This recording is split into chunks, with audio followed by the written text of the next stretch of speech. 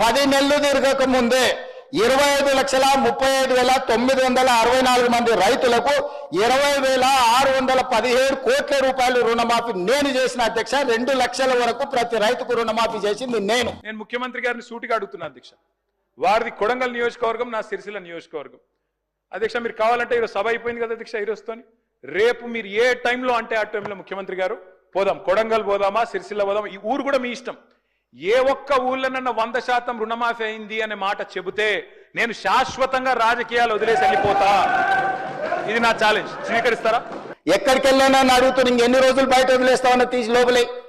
అసలు నువ్వు లోపలేస్తావనే కదా నీకు ముఖ్యమంత్రి పదవి చేసింది. నువ్వెందుకు ఇట్లా సమయం పాటిస్తున్నావు? లోపలేమంటే కూడా నేను ఏ రోజు కూడా అటువైపు పోయలేదు అధ్యక్ష.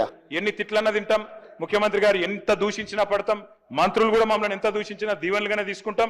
కానీ జైళ్లకు భయపడం, కేసులకు భయపడం, అడుగుతూనే ఉంటాం. మీ 420 హామీల విషయంలో అడుగుతూనే ఉంటాం. జై తెలంగాణ, జై కేసీఆర్.